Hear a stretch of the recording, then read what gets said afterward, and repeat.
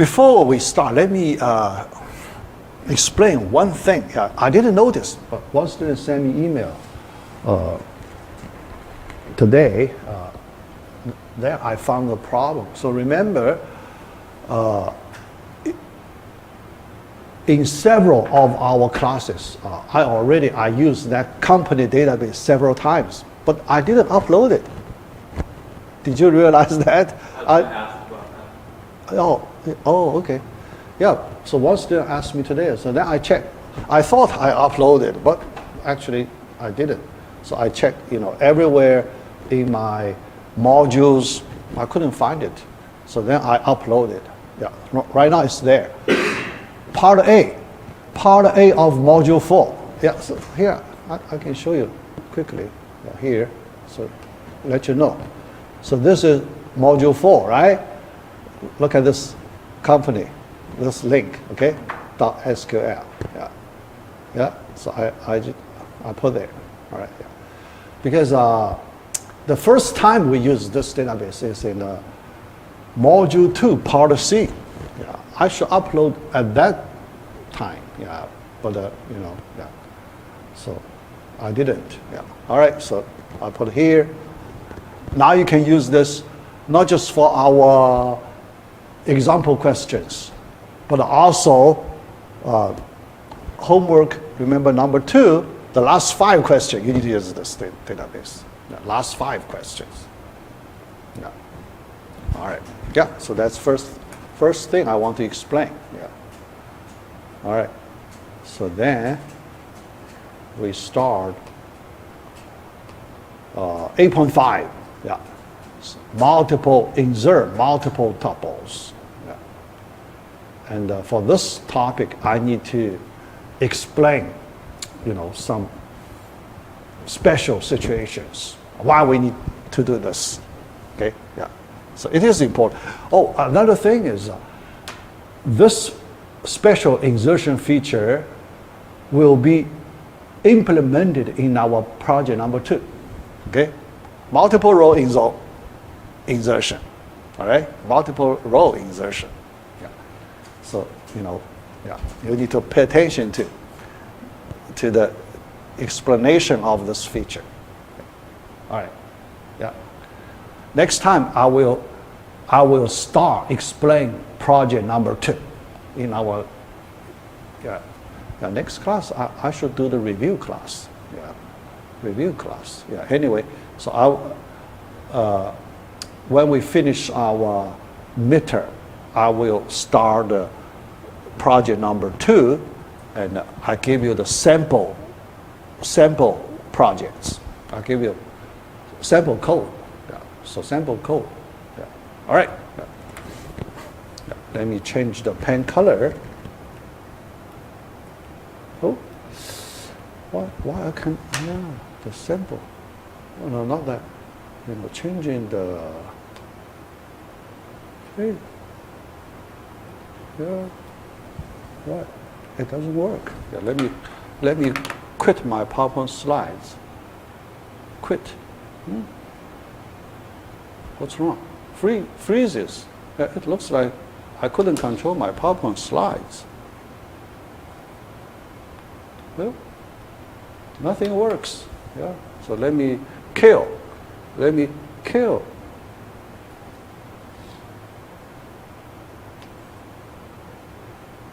Kill it, then restart.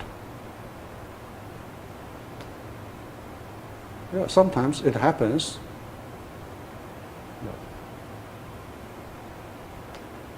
Yeah. Sometimes in the middle of the class, it freezes.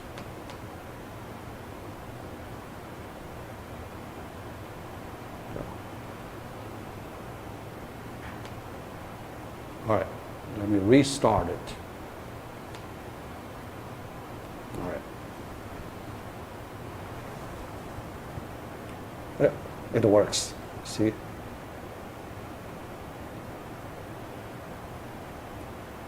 All right?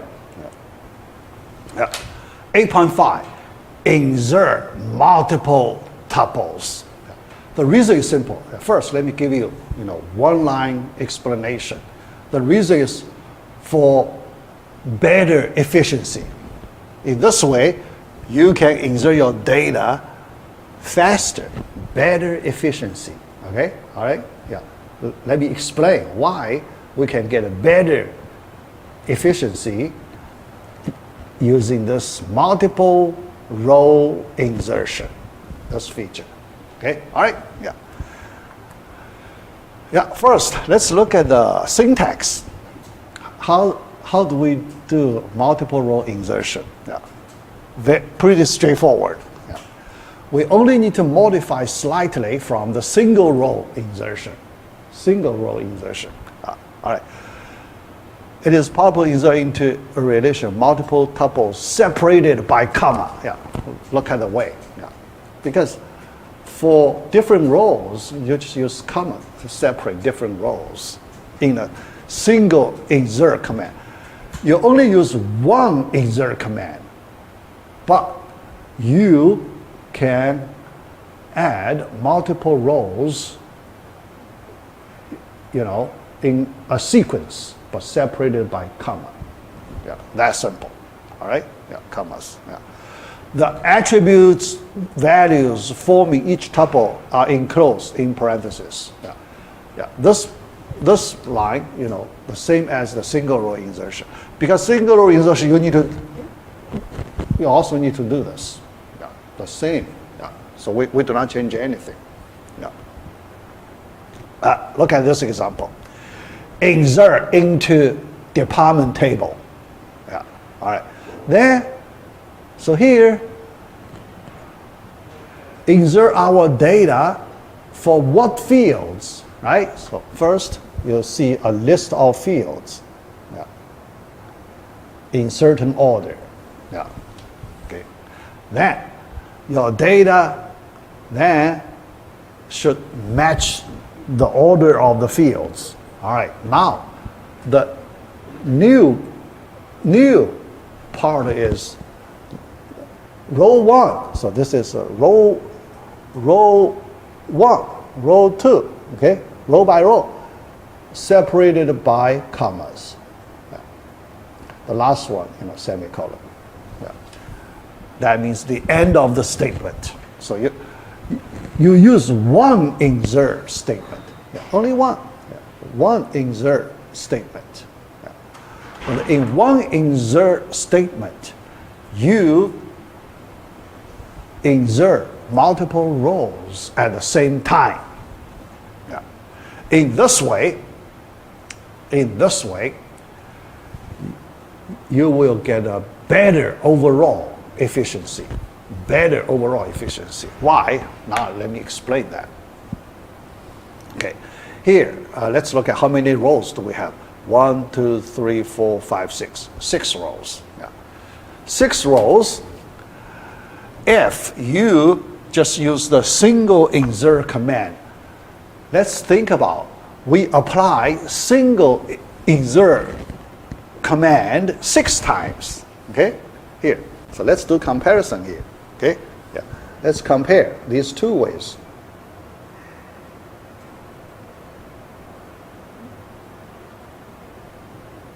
These two ways. The first way,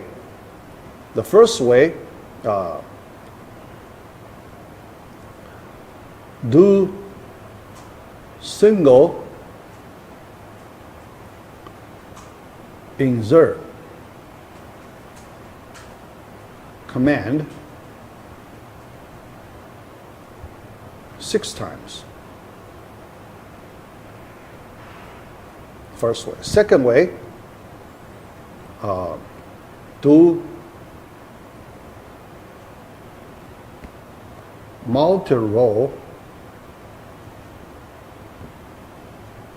insert command. Yeah, yeah. Why the second way is faster than the third way?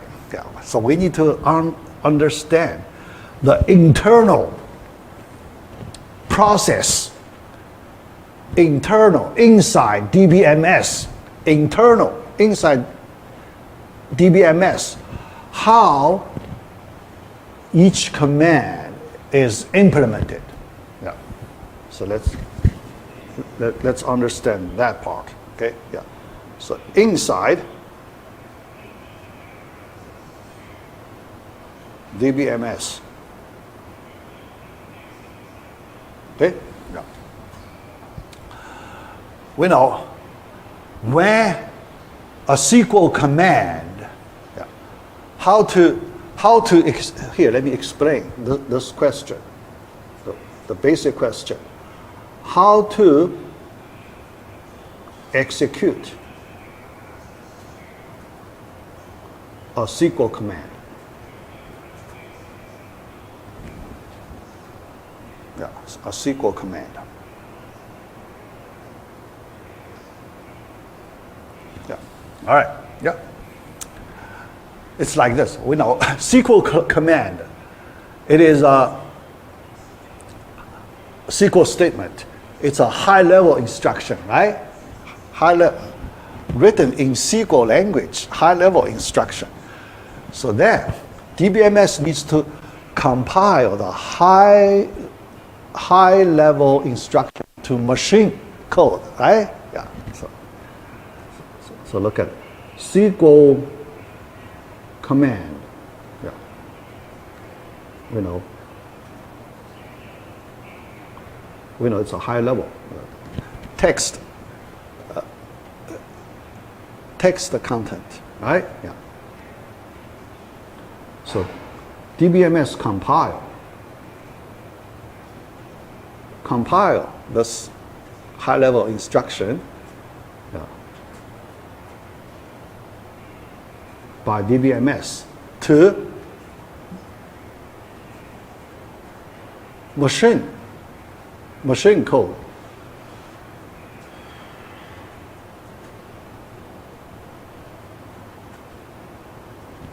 It's binary code, machine code. Okay, before execution, so there is a compilation step. All right. So then, yeah, for each command, because when DBMS does the processing, so for each command, there is a lot of preparation work in order to make this instruction executable. So some preparation work must be done. Okay? Yeah. So DBMS needs to do some preparation work.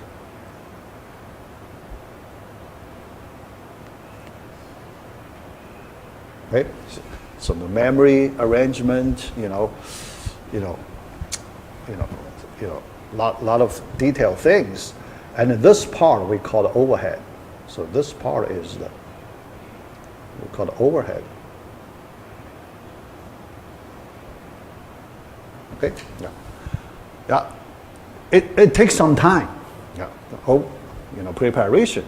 Yeah, takes some portion of the execution time.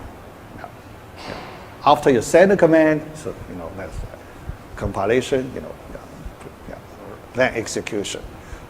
Yeah. Part of the execution time is used for this overhead part. After you understand this property, then you can understand why single insert command 6 times is slower than one multi-row insertion, because when you do 6 times, you need to spend execution time for the overhead 6 times. Yeah. Because each command you have overhead, right? Now you need to do 6 times overhead. Okay. But multi-row insertion, you only need to do the overhead preparation part once. Okay. Once, yeah, you cover all 6 commands. That's more efficient. Yeah. But this is 6-row insertion. How about 100-row insertion? Right? Yeah. It's possible.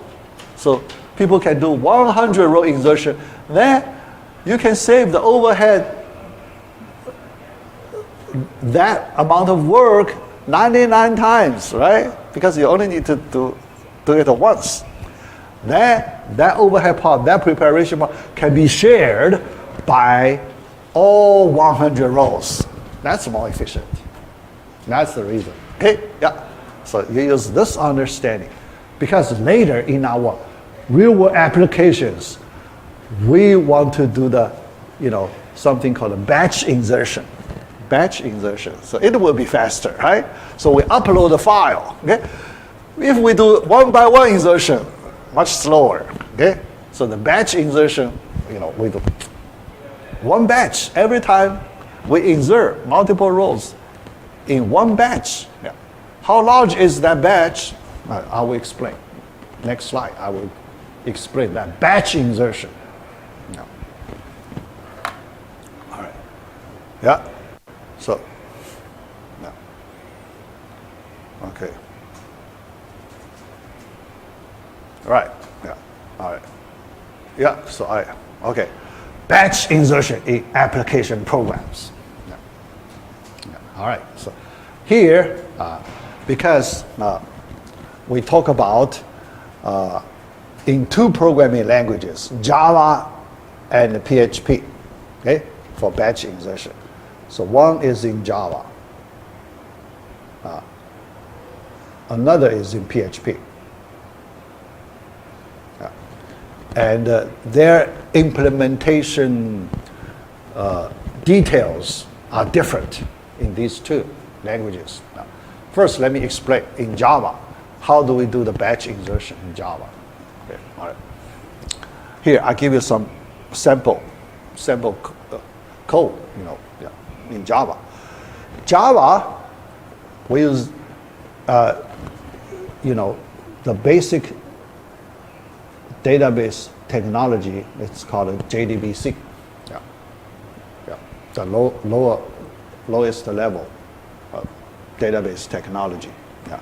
Then, on top of this level, several other database technologies can be built on top of it. Yeah.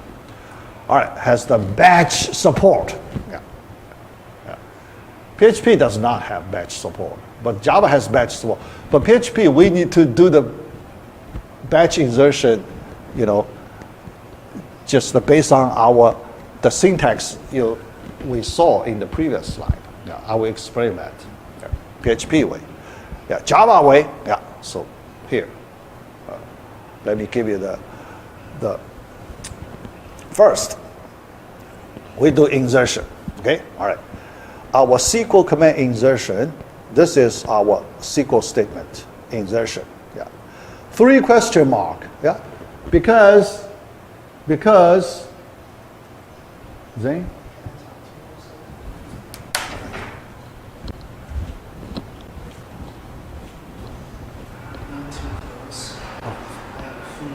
Oh, okay. Oh, not too close. Okay.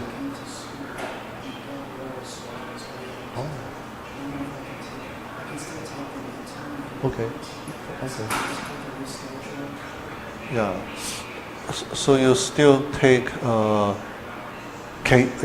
So yeah, you can take, but if you sit in class, do you feel your fever could? Do you worry about that? The fever thing? If you sit in the classroom, you're sick. Okay. Do you think you can can you do it or not, or you want to arrange different time?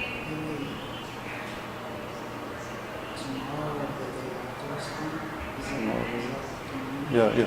All right. So how about tomorrow? Tomorrow at home, will you have time at 6 o'clock? 6 o'clock? Oh, not 6 o'clock. Yeah, I have a class. Yeah, I also have. All right. Yeah.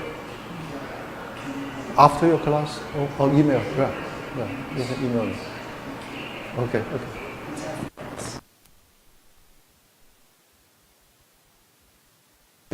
go home. Yeah. All right. Yeah.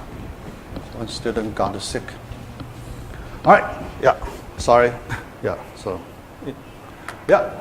All right. So here in the JDBC for this insert statement SQL, because at the development time we do not have the data, right? At the development, so when we write the code, we don't know the data, right? Yeah. So so we use these question marks. So for the unknown data, so here we use the question marks, 3 question marks. Yeah. All right. Then only at the runtime, right? When the user enter the data at the runtime, then we can get the data at that time. Yeah. All right. Then connection object. Then we need a prepared statement in Java. So we need this object to do the SQL query. Yeah. All right. After that, then we prepare the batch insertion. Yeah. First, we need to set the batch size. Yeah. Yeah. Each batch, so there is an appropriate size. Later, I will explain the size. Why we need to choose some appropriate batch size. It's important. Yeah. All right. Then we use a count variable to keep track of. So if we make the whole batch full or not, right? Yeah, because we need to fill in that batch, okay? Row by row. Yeah. When it is full, we need to, complete it. Yeah. Execute the whole batch at the same time. Yeah. Then the next batch, okay, in a for loop, yeah, like that. Yeah. Look at the for loop. Yeah. In a for loop, yeah. So we write the data into this PS object, yeah, add a batch. Yeah. Each time we just prepare our data for one batch, that unit, okay, or treat it as one unit, okay. Yeah. All right. Then, when we reach the batch size number, the capacity, when the capacity is filled, yeah, we call this execute batch command, ps.execute batch. Okay, so one command, then all the rows inside that batch are executed under one command. Okay, yeah. So this one insertion command. Yeah. Yeah. So you only need to spend time on the overhead part once, shared by 1,000 rows. So you can save a lot of overhead. Yeah. So time wasted at the overhead part. Okay. Yeah. So that's the Java way. But after that, so there is another part. Yeah, because the number of rows may not be a multiple of 1,000, right?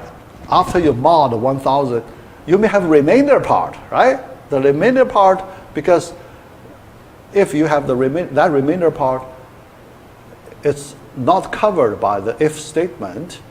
That means you have not inserted the rows in the remainder part. Yeah, so this last after that, yeah, you insert the remaining rows. Yeah. You call another time. Yeah. ps.execute batch another time.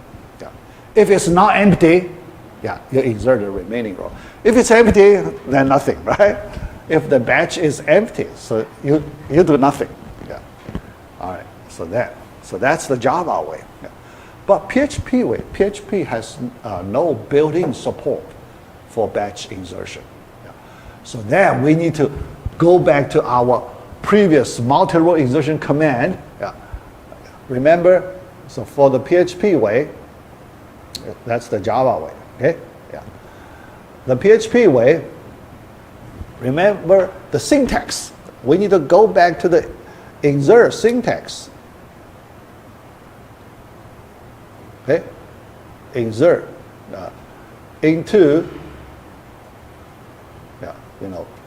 table name. All right. We prepare our string command. Okay. Yeah.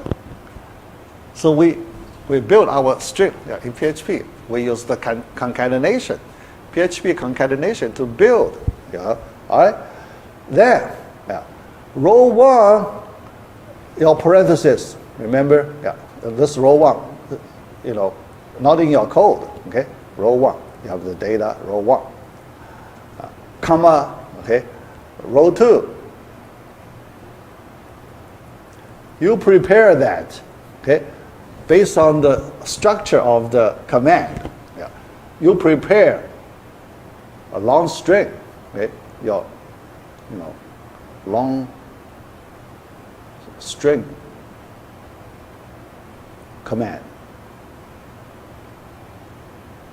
Okay, you do it, After that, you call, you run the execute the command. That's the PHP way. You can still do it, but you need to write the code. Java way a little better. But the difference is not too much, too big. The difference is not too big. All right. So here you have the idea. How to do the batch insertion. All right. Then let me explain why this 1000 batch size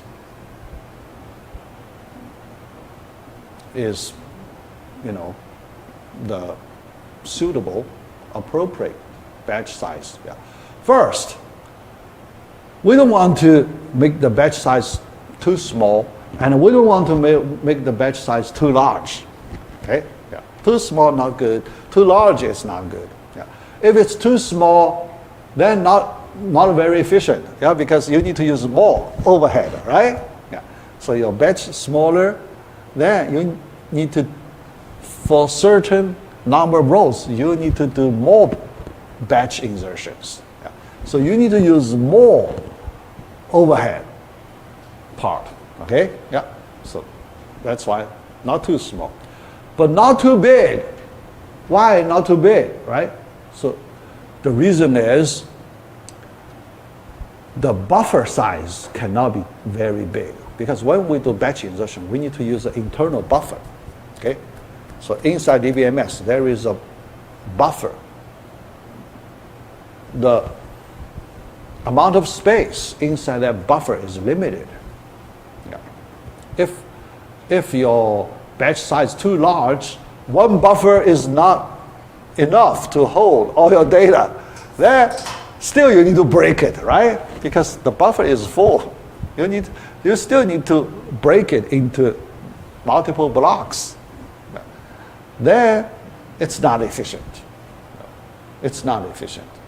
So then you should choose, the appropriate size. So within the buffer, but as many rows as possible, but inside that buffer. So then approximately, 1000 number is a appropriate row number for the batch size. Usually, appropriate batch size. All right. So then, actually, remember last time I talked about the export feature in MySQL, right? So here, let me explain that. There is an export feature.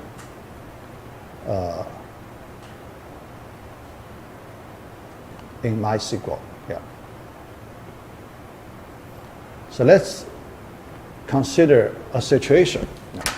You want to transport your data from one server to another server. Okay? For under some special situation.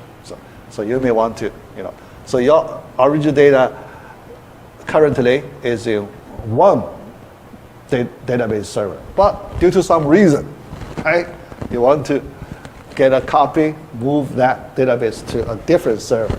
Yeah. Okay? Yeah. Yeah. For example, for the last few days, the tornado thing, blackout.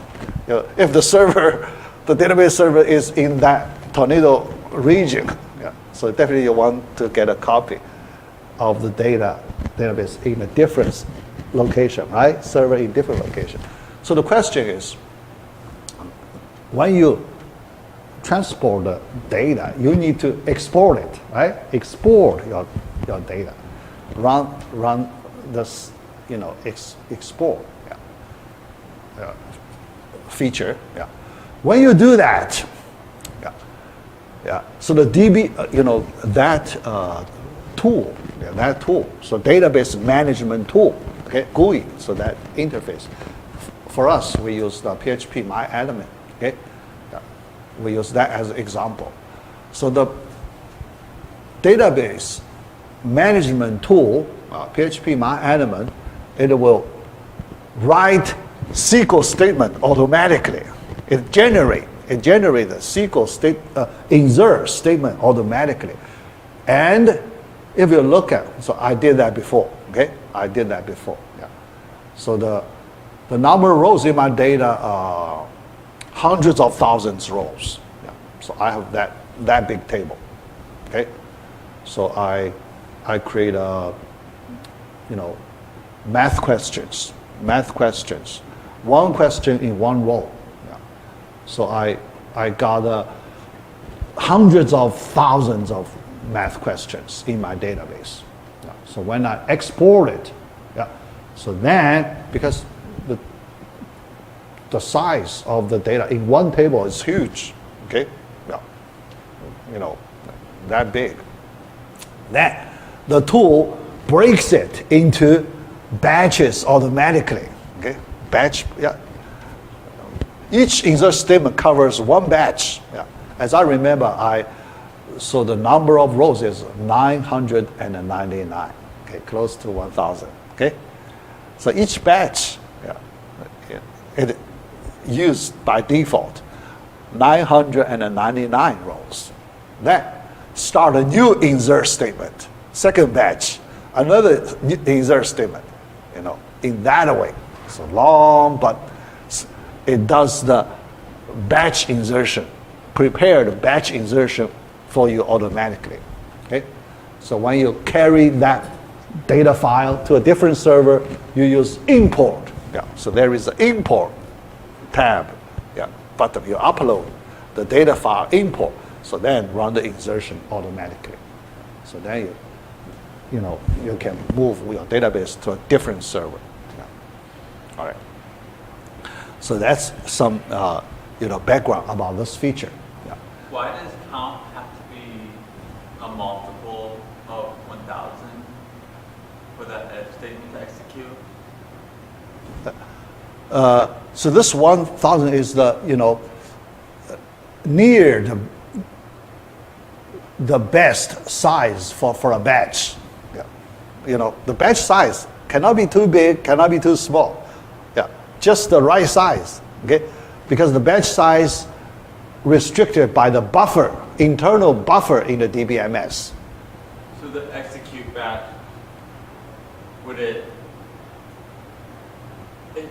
so it keeps doing it each time at the 1,000th mark, at the 1,000th mark? Yes, yeah. But one insert statement, you cover that 1,000 rows. Okay? Then you start the next batch. Yeah. The second insert command covering the next 1,000 rows, and so on. So execute batch is just a method defined in Java that we can use? Yes, right, in Java. You can use. In PHP, no. No such command. So then we need to do the normal insertion. But we need to prepare our data ourselves. We need to write a, command format, explicit command format in our code. Yeah. Yeah. But we can still do it. So in PHP, we just have to write all the 1,000 lines? Right. Using a for loop. So it's not too bad. Okay? It's not too bad. Yeah. All right. Yeah. All right. So that's the background. Give you some of that information. Yeah. Because this background could be useful in your real world applications. Yeah. All right. Yeah. Okay. Yeah. But before we finish, we have another small topic about this multiple row insertion. Another way we can do 8.6. Insert tuples from a query result. This time, yeah, our multiple rows of data could come from a table. Yeah, in that way. Yeah, in that way, you do not need to copy data from table, then prepare. You can just do that insertion from an existing table directly. Okay? Yeah, so that's this case. Insert tuples into a relation from a query result. Query result is a table. Okay? Or you can prepare some table, then you do that multiple row insertion. A variation of insert command inserts multiple tuples into a relation in conjunction with creating. Yeah, you can create a temporary table. Yeah. Yeah. The reason is, existing table, you need to do some work. Okay. You need to, make your data in some special format. Yeah. So that's why you need to when you do that, yeah. So you want to temporarily store your data in a temporary table. Okay. Yeah. Then loading it with a result of a query. Yeah. All right. So let's look at example. Yeah. Create table works on info. Yeah. Because this is a temporary table. Okay. Yeah. After you finish your work, you can delete your temporary table. Yeah. It happens frequently. Yeah. Sometimes when you want to organize your data in a special form, then you can create a temporary table. After you complete it, you delete your temporary table. Yeah. That way. So here we create a temporary table. Yeah. All right. Then insert. Yeah. You prepare data. Okay. So insert into this temporary table. Yeah. You join 3 tables here. You need to get data from 3 tables. Yeah. So this query result goes to this temporary table. Yeah. So you run this, select, okay? Yeah. This is select statement. This query result, so you have a table. Okay? You have a table. So this table, you store it in that temporary table. After that, you may need to do some feature using that temporary table. Yeah? Because you need to get the data from this temporary table in a faster way. Okay? Yeah. Yeah. So use the temporary table. Yeah. After that, after you complete everything, if you do not need to use the temporary table anymore, you can delete it. Okay? Yeah. Yeah. Yeah. So that's also one way you can use. Yeah. So related to the database operations. Yeah. Yeah. Yeah. The existing table, yeah, if you do it on the existing tables, it's not very convenient. You need to do a lot of work. Okay? Yeah. Yeah. So then you may like to first get your data, organize your data in the right format using a temporary table. Then, after that, you just use the data in your temporary table because it's in right format. They're more convenient. You can use to implement certain feature. Right? Yeah, that's the idea. Yeah. So here, so we have some efficient way to do that. Okay, all right. Yeah. So that's the, another way we can use multi-row insertion. Yeah. All right, so we finished part A. Let me move to part B.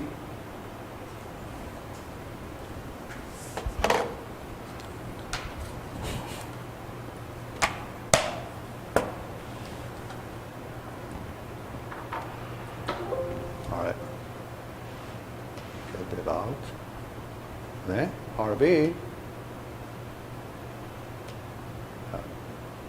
Constraint, SQL constraint. Yeah. All right. Okay. Yeah. It's pretty straightforward. Yeah. We just look at some examples. Yeah. All right. Create a user-defined constraints. Yeah. We did some simple constraints, right? Not null, right? Yeah. Unique, primary key, those constraints. Yeah. All right. Yeah. Here we may need we sometimes if the constraints relatively more complex, so then we need to use user-defined constraints. Yeah. All right. Yeah. Because when we define constraint, later we may like to, modify the constraint, right? You may like to modify the constraint.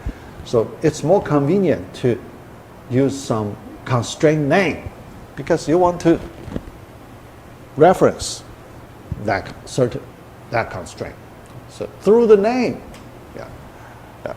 If no name, then it's hard to reference it, right? Yeah. So a constraint may be given a constraint name, yeah. Although you do not have to, yeah. But it's more convenient if you give it a name following the keyword constraint. Yeah. Properties of a constraint name. Yeah. Giving names to constraints is optional, yeah. Not required, yeah. Yeah. But you need to know the difference if you do not use a constraint name. Yeah.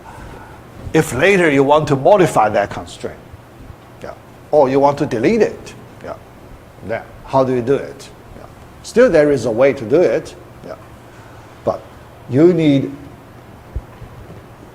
people who have the, high level access to delete directly, yeah, because there is no name, but you need to go to the definition of the table, yeah. So access that and delete this constraint, that particular constraint. Yeah. The names of all constraints with a particular schema must be unique. Yeah. Yeah. That's natural. Yeah. Yeah. Because you want to identify all those constraints. A constraint name is used to identify a particular constraint in case constraint must be dropped later and replaced with another constraint. Yeah. So here you can see, this kind of operation. Yeah. Drop later, replace with. Yeah. If you want to change a constraint, so how do you change a constraint? You need to drop the old constraint first.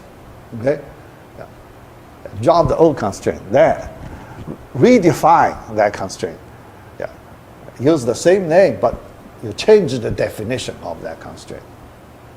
Yeah. That's the easiest way. Yeah. You do not modify from the old constraint directly. Yeah. So you drop it, then add a new definition of that constraint. Yeah. Yeah. All right. Define a constraint with check clause. Yeah. All right. Let me give you an example. Check clause. Create user-defined constraints on an attribute. You can define constraint on attribute or on table. Okay. First, let's look at how to define constraint on attribute. So the data for this particular attribute should satisfy certain constraint condition. Yeah. All right. So after an attribute, check clause. You add a check clause. Okay. All right. Example. Yeah. D number, department number, you want to, other than the not null, you want to add some special condition. You want to provide a range for the department number, the valid range for the department. Then you use this check clause, so you specify the range. Yeah. So that's the constraint. But this constraint does not have name. Okay, you cannot see the constraint name. Yeah. This is simple. Yeah. Yeah. You do not see the constraint name. Yeah. All right. On a domain. Yeah. Domain. Yeah. So what's the domain? You can define domain, the data. Yeah. Yeah. So for a particular data field, so you want to describe the range for your data, the domain. And some domain, yeah, why people define domain? Domain, you should provide a name of the domain, okay? When you define a domain, yeah, with a name, certain name. Why people want to define a domain? Because that domain with certain name could be used in multiple places. So you only define a domain once. Then in several other places, if you want your data fall in the same domain, you just use the same domain name. Yeah. So that for convenience, mainly for convenience. Okay. All right. After a domain definition, yeah, look at example. Create a domain. Now you define domain. Okay. And you give a name of the domain. D underscore number, department number. Yeah. Because this domain you expect to be used in several places in your database. Yeah. So then you define a domain. Yeah. As integer, check that the domain, the range, valid range for that domain. Yeah. So you specify the constraint condition. Yeah. Yeah. Then the next time, if there is another field with the data in the same domain, you just you do not need to write this range explicitly. You just make it in this domain. Yeah. Yeah. Use this domain to describe its data type. Data type is in this domain. Yeah. All right. Yeah. Then on table, yeah, put a constraint on the table, yeah, not just one attribute. On the whole table, you can also define a constraint. Yeah. So after table definition, yeah, tuple-based constraints. Yeah.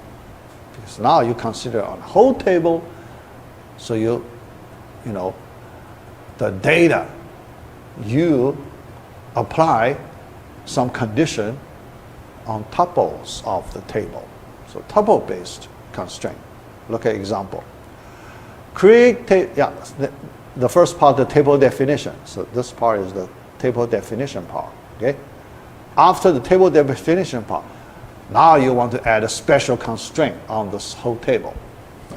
The constraint is the department create date. Yeah, so this should be a field name, okay?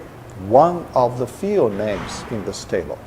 Then you should have another field names. Then the data in these two fields should satisfy this inequality. Okay? Yeah. Yeah.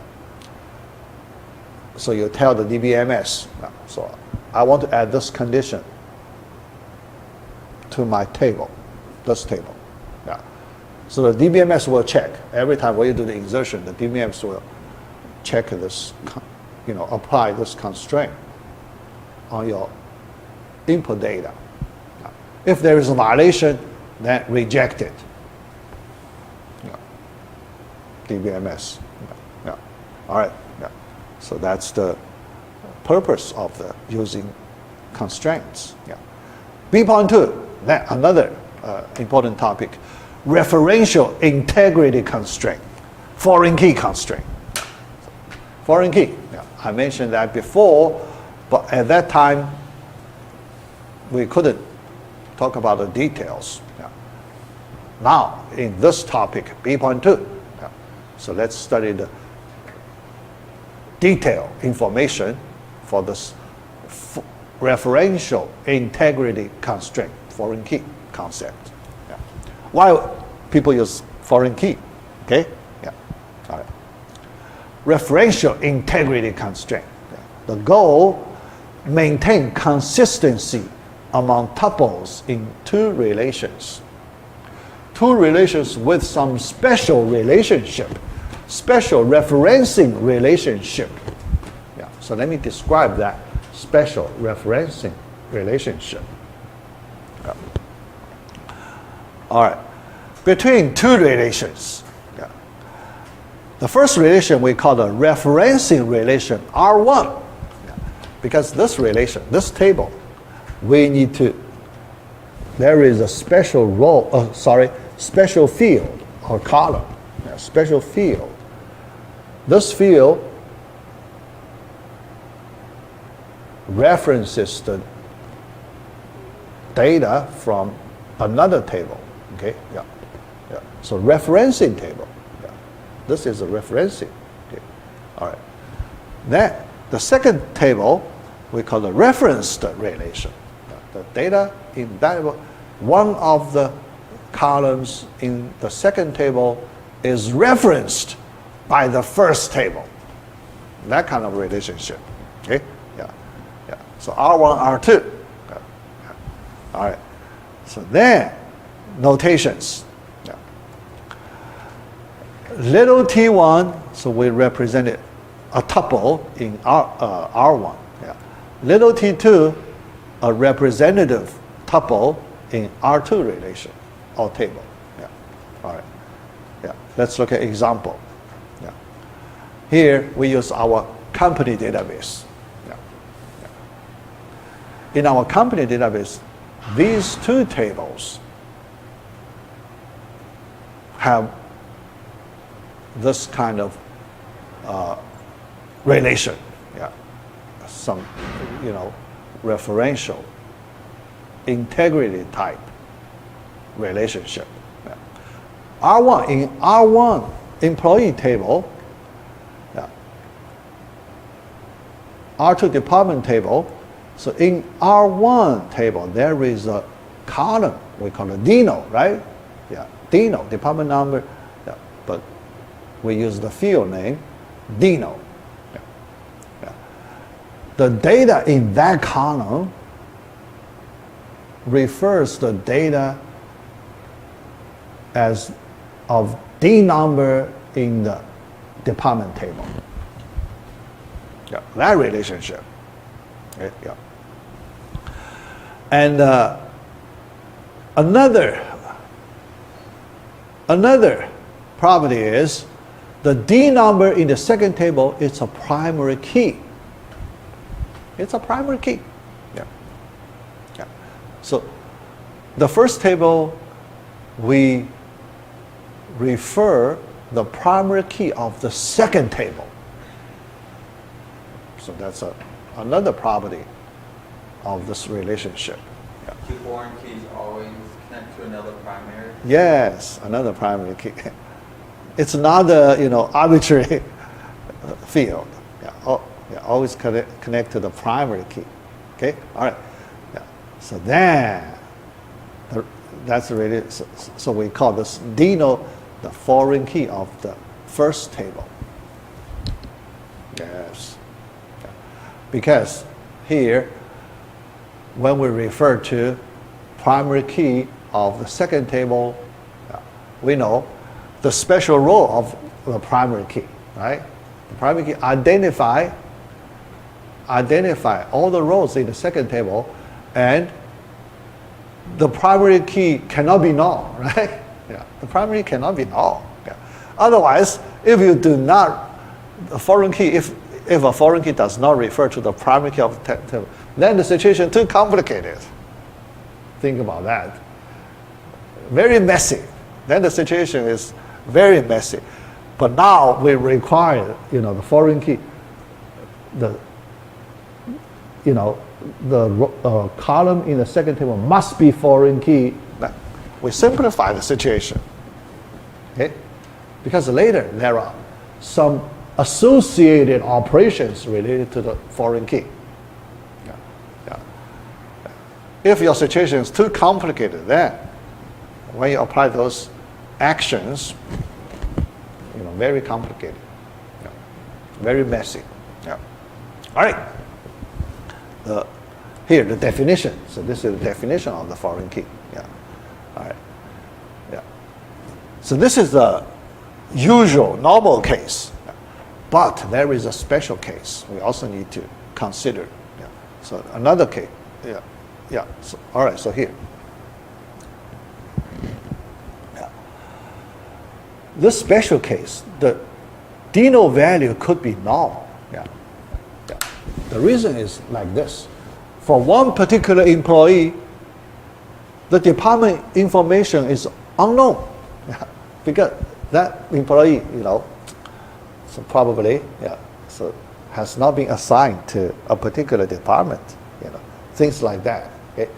So in that situation, so people may want to put a temporary value, special temporary value, the null value. All right. So look at a concrete example. The employee table definition and the department table definition.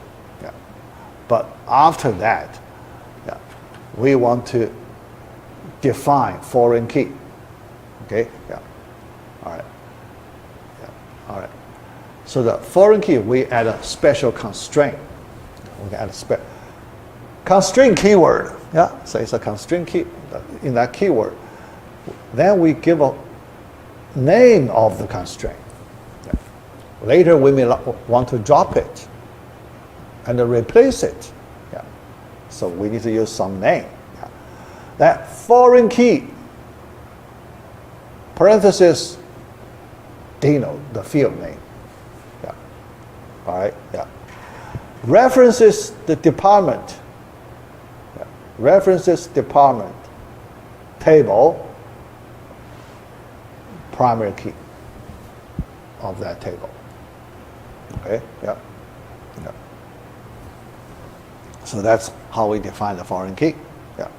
All right.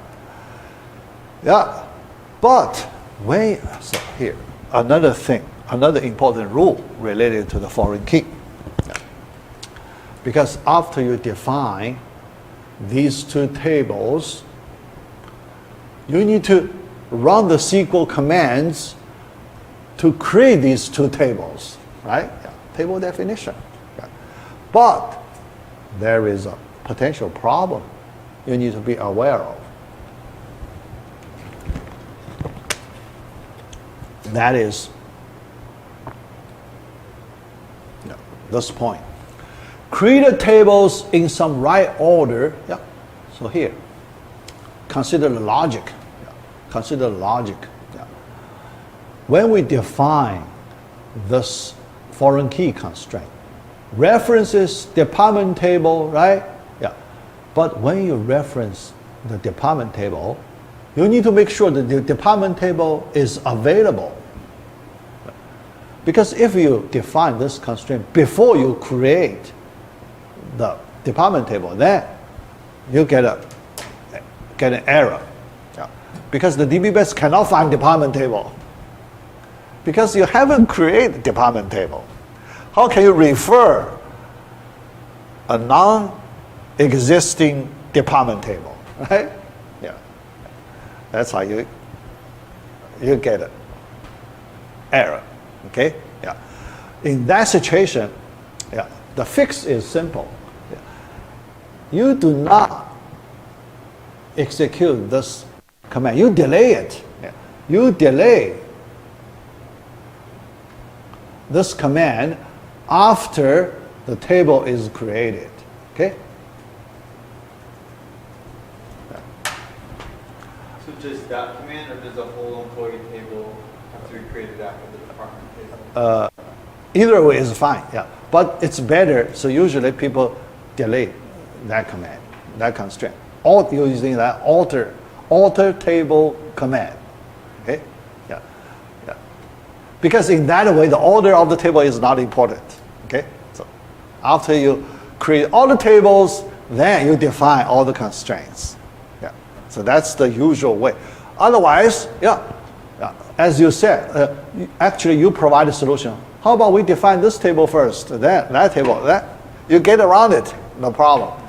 The problem is later when people modify the table, move things around, then messed up. Okay, so that solution is not as robust as the solution. You move the constraint after the table definition. Yeah, because more robust. In that way, the order, no matter how you change the order, doesn't matter. Okay, yeah, yeah. All right. Yeah. So that's why, yeah, what people like to do, in that way. Yeah. All right. So the rule, when you define a foreign key, the reference table must be created. Yeah. That's simple. Okay. Yeah. All right. Then B.3, foreign keys with circular references. Yeah. Oh yeah. We just have a few minutes, but this topic is short. Yeah. I mean, we can, we can get it quickly. Yeah. But foreign keys with circular reference, that means the reference table and the reference table, they are the same table. Okay? R1, R2 are the same table. Yeah. The table references itself. Yeah. It's possible. Yeah.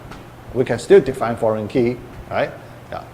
But the reference is circular table, then you have to use the alter table way to define foreign. Otherwise, because if you define the foreign key constraint in the same table, this current table has not been created, right? How can you refer to table that has not been created? Yeah. All right. So let's look at the meaning of circular reference. Table references itself. Yeah. Our employee table. Yeah. Remember supervisor. That supervisor SSN. Yeah. Could be a foreign key, right? Yeah. The reference table equals the reference table. Yeah. The possibility. Yeah. Here employee. The supervisor, okay? Yeah. So this one refers to the SSN. SSN is the primary key of the employee table. Yeah. So you have that relationship. Yeah. The rule: when you define a foreign key, the reference table must be created. Okay. So yeah, that means you have to delay the constraint, foreign key constraint definition. Yeah. How to define a foreign key that refers to a table that has not been created? Yeah. Alter table, you use that. Yeah. Solution. Yeah. Yeah. So we can quickly finish that. Solution steps. Do not define a foreign key constraint within the referencing table. Yeah. Hasn't been created. Yeah. But after the table has been created, so use the alter table statement to define the foreign key constraint. Yeah. All right. So the example. After employee table is created, now you add an alter table employee. Now, how do you? So you add a foreign key. Okay. All right. Yeah. References employee SSN. Yeah. So then. Here you can see, yeah, alter table employee. This is the referencing table name employee. Yeah. The reference the table, the same table employee. Yeah. Okay. Yeah. So that's the fix. Yeah. Circular reference is this way. Yeah. All right. All right. Yeah. So yeah, let's. Yeah, violation. That topic. Relatively big, so let me leave it next time. Okay, yeah. So let's just complete B.3. Yeah, B.3. Yeah. All right. So then The remaining part we need to do after the midterm. Okay, yeah. So next time we do review, yeah, and then Wednesday after the midterm we do the Wednesday after the spring break we will do the midterm. Yeah. All right, here, right here.